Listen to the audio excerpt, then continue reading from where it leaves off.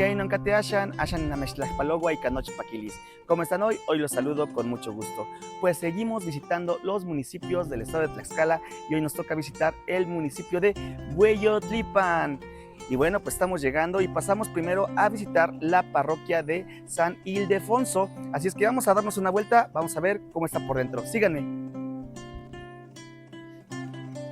La parroquia de San Ildefonso es uno de los templos más representativos de Hueyotlipan. Su origen se remonta al siglo XVI y está dedicada a San Ildefonso de Toledo, santo patrono del municipio.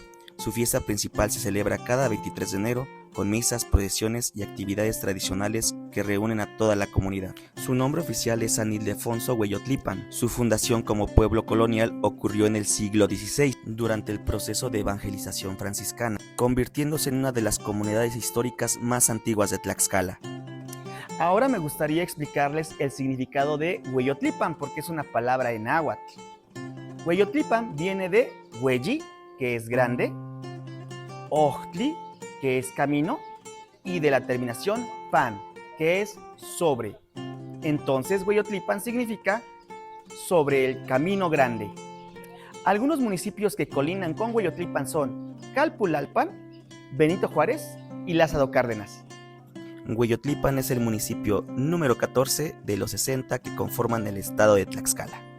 Bueno, pues seguimos en esta aventura visitando los 60 municipios del estado de Tlaxcala.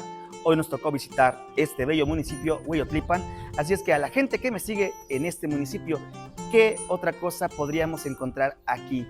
¿Qué nos recomiendan visitar? Y en otra ocasión podemos volver a ese lugar. Pero bueno, me despido por el momento, yo soy Juliotzi, nos vemos en otro video. Onkati Mamati, ahí nos vemos.